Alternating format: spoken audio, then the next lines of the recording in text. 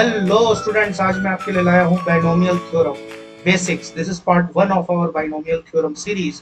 इसका और भी बहुत सारे वीडियोस आते रहेंगे in which we will cover the more detailed topics around binomial theorem. So we will learn it in the halls and night way, uh, with that logic of whatever is discussed in that book, so that you can develop a very solid foundation. So आइए देखते हैं इसको. Suppose we have to multiply three factors like x plus a into x plus b into x plus c. Now you all know that it will give you x cube plus a plus b plus c into x square plus ab plus ac plus bc into x plus abc. Simply by doing the actual multiplication you can get the expanded form. But the point here is, like, I don't want to do the actual multiplication, yet how I should be able to tell that what is the coefficient of x square, for example. So if somebody is asking me what is the coefficient of x, I should be able to tell that it will be ab plus ac plus bc. So how do we do that is the question, and that is what we are going to understand, that how do I decide that for a given x to the power a number, right, what is the coefficient associated with that power of x. So for that we will have to understand that each of the powers of x, how are they actually getting formed, and that will help us understand that how their coefficients are getting formed. So आइए इसको देखते हैं.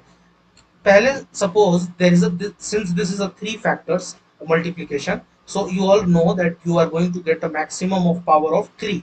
If it was an n factor, you would have got x to the power n as the maximum power. So but now for simplicity, let's talk about three factors, and then obviously once we have understood the logic, we can extend it to n factors as well. So यहाँ पर see how x to the power 3, which is the highest factor, is getting actually formed. So if you look little deeply, basically what we are doing is हम लोग इन तीनों terms में से, इन तीनों factors में से x प्लस ए, x plus B और x plus सी, इन तीनों फैक्टर्स में से बेसिकली x को कलेक्ट कर रहे हैं, right? So we are collecting x from each of these factors and multiplying them together to yield x cube, as you can see in this kind of uh, diagram that I have made over here. X is coming from each of these three factors and giving you x cube.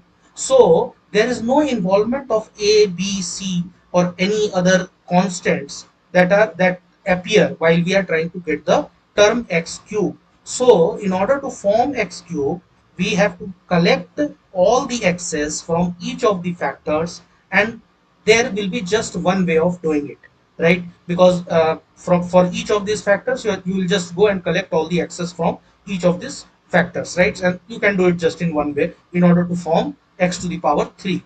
Now imagine if it was x to the power n, means there were n factors getting multiplied, x plus a1 into x plus a2 into x plus a3 and so on till x to x plus an. So then obviously the highest power would come of x that would come is x to the power n, and that also will be collected in a similar manner, means all the x's have been collected from each of the factors and they have been multiplied together to yield x to the power n. So therefore the coefficient of the highest power is always going to be 1, right? Because there is no involvement of any other constants coming into picture over here, so there is just 1 which is coming as a coefficient. So that is about the highest power. Now let's move on to one power less, which means in this case it is x to the power 2, right? Or in the case of n factors, if you are talking about, it will be x to the power n minus 1. So let's first try to understand what is going on with x square, how it is getting formed, right? So if you actually see it, based on the same logic that we saw here, while we were forming x to the power 3, we were collecting from each of the factors x, right? So that we multiply and get x cube. Now here, since we have x square, we will collect x from two factors and one factor will be remaining, right? So for example, in this case, let's say we are collecting x from this first factor x plus a and the second x from the second factor x plus b. So multiplying those two x's will give me x squared, and then from the x plus c factor, the c term will appear just like a constant, right? So that is what is appearing over here as c.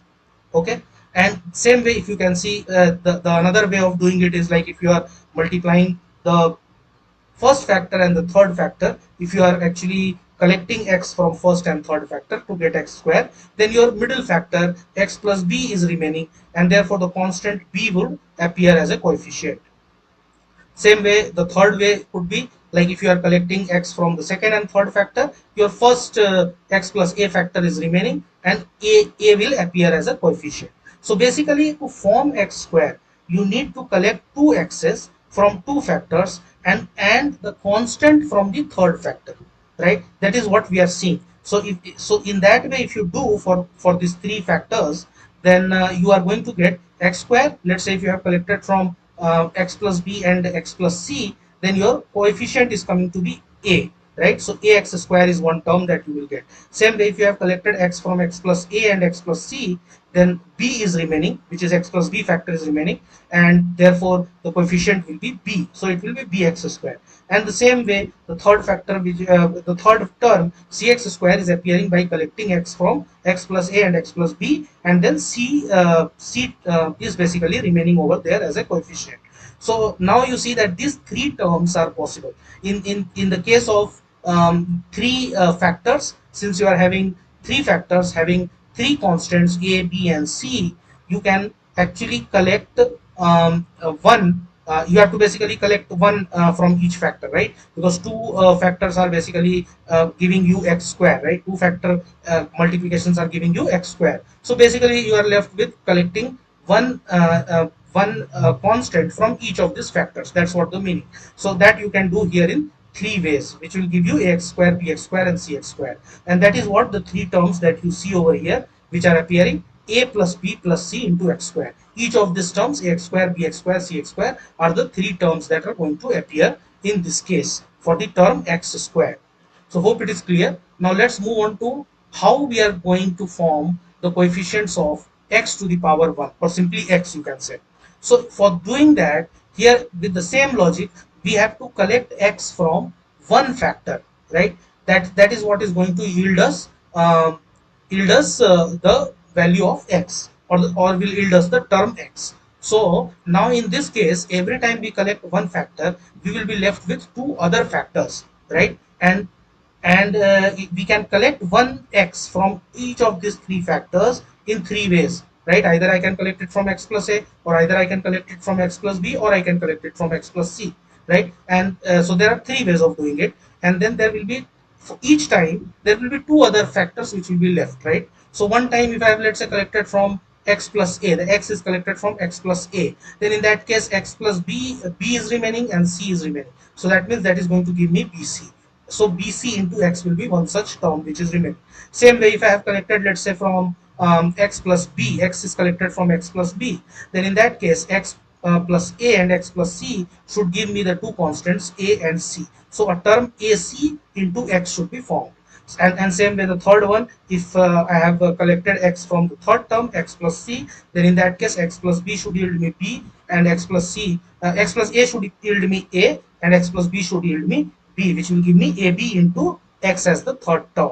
So here basically the terms of x can be formed by taking x basically from each of these factors, and the remaining two other factors will basically, their constants basically will be multiplied to give you the coefficient. So we are getting here abx, bcx, and cax, which basically is what you see over here, ab plus ac plus bc multiplied by x. So this is how the coefficient is getting formed. So now let's say if we are talking about n, I didn't talk about n terms in case of x square also. So let's say if we are talking about, there are n factors associated and they are getting multiplied, and we are trying to find the coefficient of, let's say, x to the power n minus 1. So obviously in that case you will have uh, x being collected from x is getting basically collected from n minus 1, factors, right? Because you want to get x to the power n minus 1. So out of the n factors that are given, n minus 1 factors, you are from n minus 1 factors you are picking up x, right, to give you x to the power n minus 1. And now the one factor will always be remaining, right?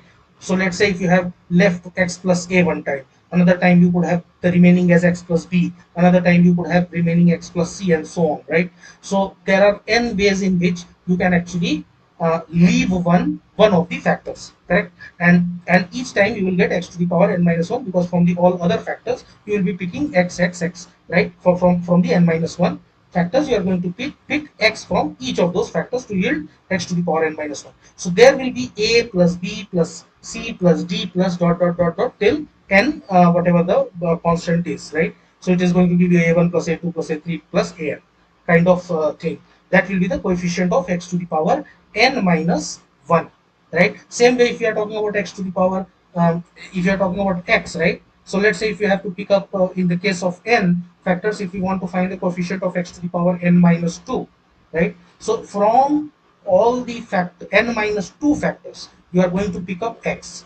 So from each of these n minus 2 factors, you are picking up x to get x to the power n minus 2. And always you will be leaving out two factors, right? So basically, there will be the number of ways. If you think, it will be like you are picking from all the n factors that are given to you, you have to pick two factors at a time, right? Because two factors are always getting left out. So one time maybe you are leaving x plus a and x plus b, so ab will be picked up, right? One time, and obviously the coefficient, the power of x is x to the power n minus 1, because n minus 2, because all the other factors you have multiplied together. You have picked up x from all the n minus 2 factors and multiplied them together. So you are left with a into b into x to the power n minus 2. Same way, another time you could have left out x plus b and x plus c, right? So you will get bc into x to the power n minus 2.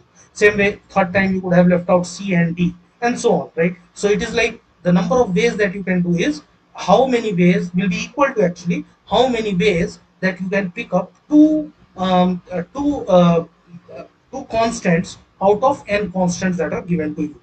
And in all those ways, you will basically get the multiplication of those two. You can actually take the whatever the two factors that are remaining, and whatever the constants that are associated with it, right? You have to just multiply those two constants, so that summation of all that will become the coefficient of x to the power n minus 2. So hope it is clear for n term also. In the next class, probably we'll do a problem also around that, so that it becomes more clear. Right now we are just talking about the theory and trying to understand that for this simple case of 3, how the coefficients are actually getting formed, because this is the building block. As I said, this is the basic class, and we are trying to think it in a way, which will help us build upon it, right? For a more difficult problems. So now let's talk about the last one, which is how to find the coefficient of x to the power 0, which is nothing but the constant term. So the constant terms can be simply formed in one way, because you are picking up all the constants from each of the factors and simply multiplying them together. So from x plus a, you have picked a, from x plus b, you have picked b, from x plus c, you have picked c, and simply multiplied them together, which will give you a into b into c. Even for, let's say, there are n factors, then also it will be a1 into a2 into a3 into dot into an. So that will be just, it can be done in just one way, right? So that is what the constant term can be taken by taking constants from each factors, and that is possible in just one way. So hope this video gave you understanding about how we are collecting the coefficients. If not, please revisit this video again. Maybe watch it one or two times. It will help you understand. It's a very basic concept of binomial, and we must know this to kind of build upon it. So hope you enjoyed this video. I will be coming up with a further series on binomial theorem, and also JEE Advanced and JEE Mains aspirants can actually join this channel. Please like, subscribe our channel. Please share it with your friends also, and keep learning, keep enjoying. Have a great day. Thank you.